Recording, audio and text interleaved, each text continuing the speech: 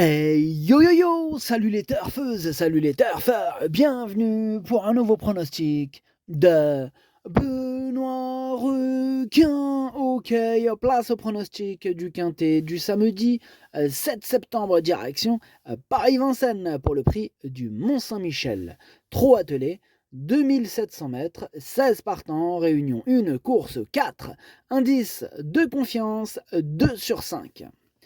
Petit retour sur le quintet de ce jeudi. Dans mon pronostic, je vous ai donné le quintet dans le désordre. Et cette vidéo, je la tourne avant l'arrivée du quintet de ce vendredi. Je reviendrai dessus demain. Ok, c'est parti, on commence le pronostic et on commence avec le numéro 1. Histoire moderne, et on n'aura pas les commentaires de l'entraîneur, c'est Jean-Philippe Dubois qui est parti pêcher avec Thierry Ravgeot. Ils ont donc rejoint le gros bateau de Captain Jan Barbro. Captain Jan Barbro, amusez-vous bien. Alors, ce numéro 1, histoire moderne. Qu'est-ce que j'en ai fait? Tout simplement, je ne l'ai pas retenu car j'en ai préféré d'autres.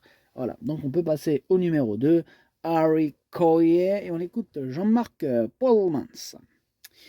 Oui, alors Harry Coyer, il a beaucoup plu à David Thomas dernièrement en gain. Bon, il a tenu à le dériver de nouveau. Il est au moins aussi bien qu'en dernier lieu, sinon mieux encore. Alors, je l'apprécie autant sur les tracés de tenue. Bon, évidemment, tout sera une question de parcours pour la victoire. Je crains en priorité les Desmet et surtout Hero Sibey. Avec la bonne course derrière les premiers, il sera tout prêt. Mais dites-moi, il est super chaud, Jean-Marc, avec ce numéro 2, qui me plaît beaucoup aussi, mais bon, ils sont vraiment... Comment dirais-je? Ce quintet, il est ouvert parce qu'ils sont nombreux à se tenir de près. Ils sont nombreux à pouvoir espérer taper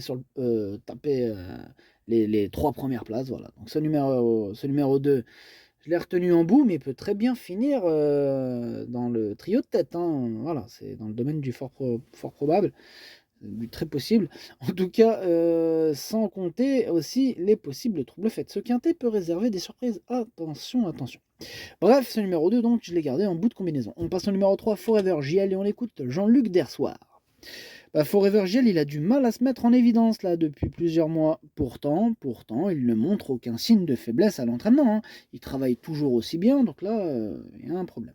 Bon, là, à Vincennes, la concurrence est encore plus rude, mais bon, l'engagement sans concurrent européen est intéressant. Bon, il n'est pas hors d'affaire s'il bénéficie d'un bon déroulement de course. Ouais, mais il me tente pas plus que ça, ce numéro 3. Là, vraiment, j'en ai préféré d'autres et je ne l'ai pas retenu, ce numéro 3. On enchaîne avec le numéro 4, Extra du Châtelet. On écoute Franck Terry. Extra du Châtelet, il n'a pas beaucoup de courses à sa disposition dans sa catégorie. Aussi, il n'a pas été revu depuis mi-juillet. Donc, ouais, cette course, ça va lui permettre de se remettre un peu dans le bain là, avant la suite du programme, quoi. Là, face à de tels adversaires, là, ses chances sont minimes. En plus, il restera ferré. Ouais, ok, d'accord, j'ai compris, Franck. Donc, ferré, on peut l'oublier. Bref, ce numéro 4, je le raye. On passe au numéro 5, Emma de Brickville, et on écoute Régnier Fielders. Bonjour, Régnier. Bonjour. Écoute, Emma de Brickville a très bien couru à Anguin le mois dernier. Frank Never lui a donné un bon parcours. Elle a su parfaitement sprinter. Yeah. Comme elle sait le faire, oui.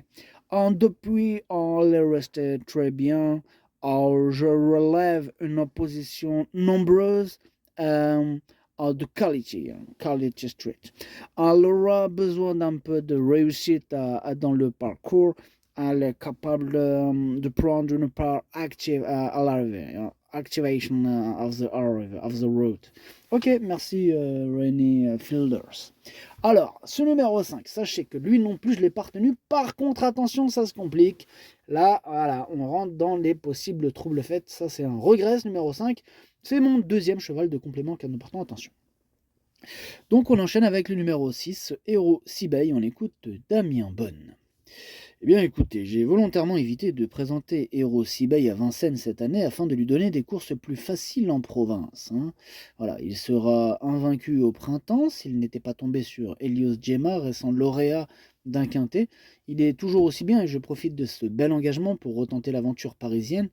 La belle série peut continuer si tout se passe bien. Ouais, on ne sait pas trop où est-ce qu'elle va s'arrêter cette Hero Sibey, vraiment, elle est extraordinaire. Hein. Elle enchaîne les victoires, elle pète le feu, elle est dans une forme olympique. Elle peut faire encore très très mal, hein, vraiment. Hein, ça ne m'étonnerait même pas qu'elle pète ce quintet. En tout cas, voilà. Alors, moi, je l'ai mis quatrième hein, et j'y crois vraiment. On passe au numéro 7, Horatius Della, et on écoute Marc Sassier.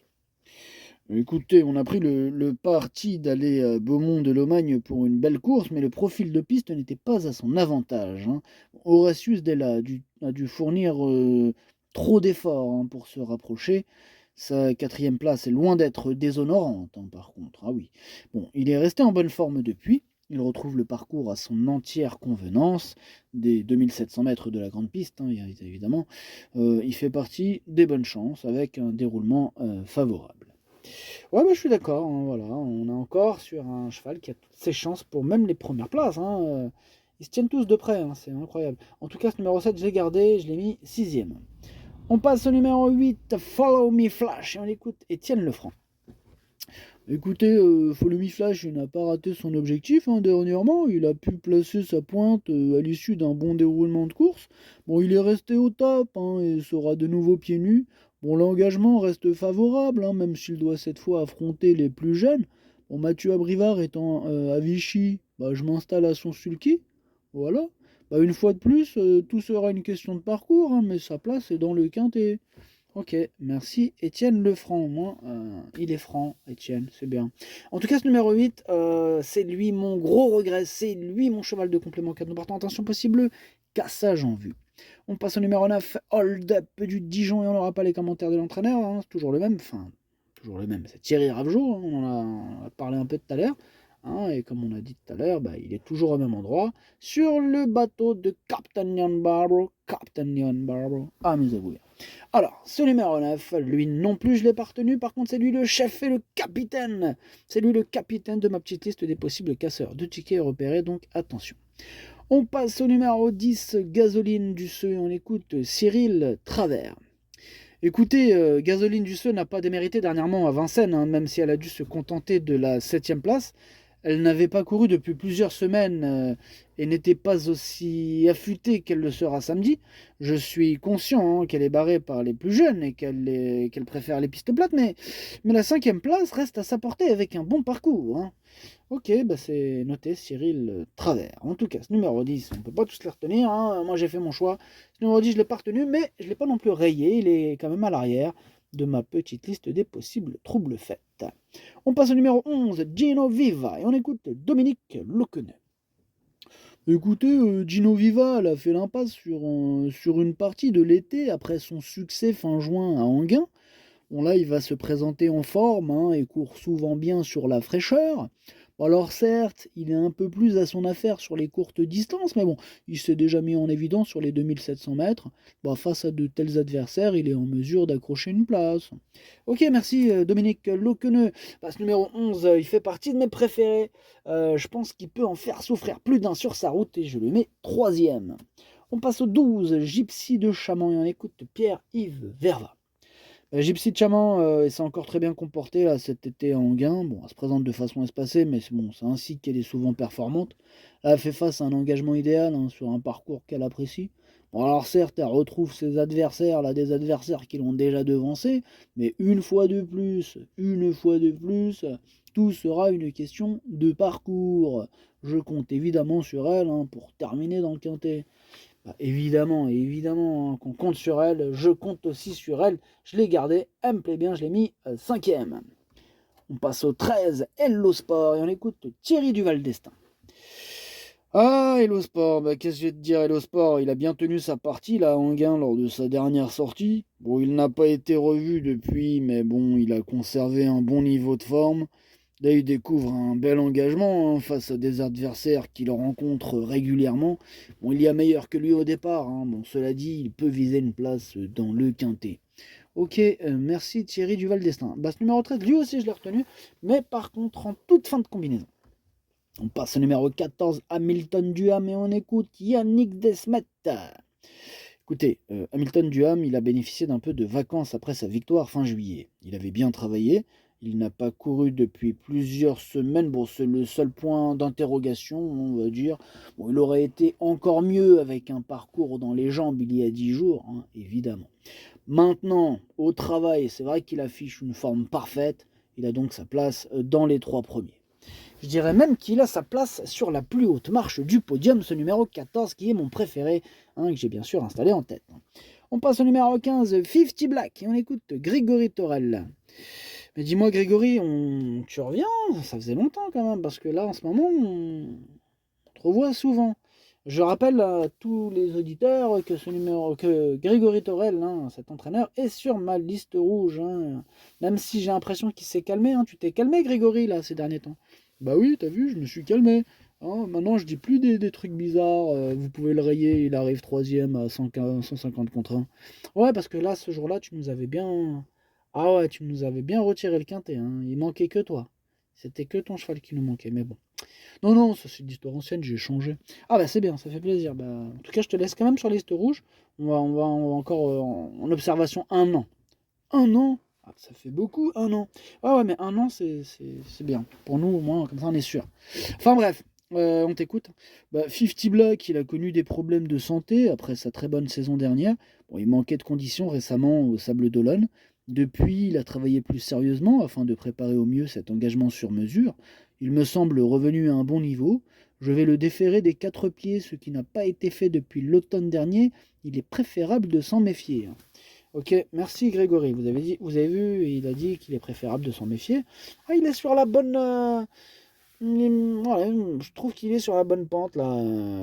Je parle pas de 50 Black, mais Grégory. Hein. Voilà, il commence à. Il est plutôt honnête là. Hein. Il nous dit même de s'en méfier. Donc c'est pas mal, c'est bien, c'est bien. Il y a du bon, il y a du mieux. Bref, ce numéro 15, je l'ai partenu en plein milieu de ma petite liste des possibles troubles faits. Et on termine avec le numéro 16, Have7, et on écoute Jean-Michel Bazir. Have7, il a été éliminé là, dans la finale là, du Trophée Vert lundi. Aussi, il découvre une belle opportunité en repli ici. Il est très bien physiquement, il évoluera déféré des 4 pieds, il est prêt à faire de son mieux. Il est prêt à faire de son mieux, nous dit Jean-Michel. Donc, il est chaud. Moi aussi, je l'ai mis deuxième, c'est une première chance. Il peut faire très mal. Le pronostic, ça donne 14, 16, 11, 6, 12, 7, 2, 13. Merci d'avoir suivi cette vidéo. N'hésitez pas à mettre un pouce bleu si la vidéo vous a plu. Pour accéder à tous mes tickets pour la course du Quintet, rendez-vous directement en description de la vidéo. À jouer avec modération. Bonne chance. Chopez-le moi. Ciao.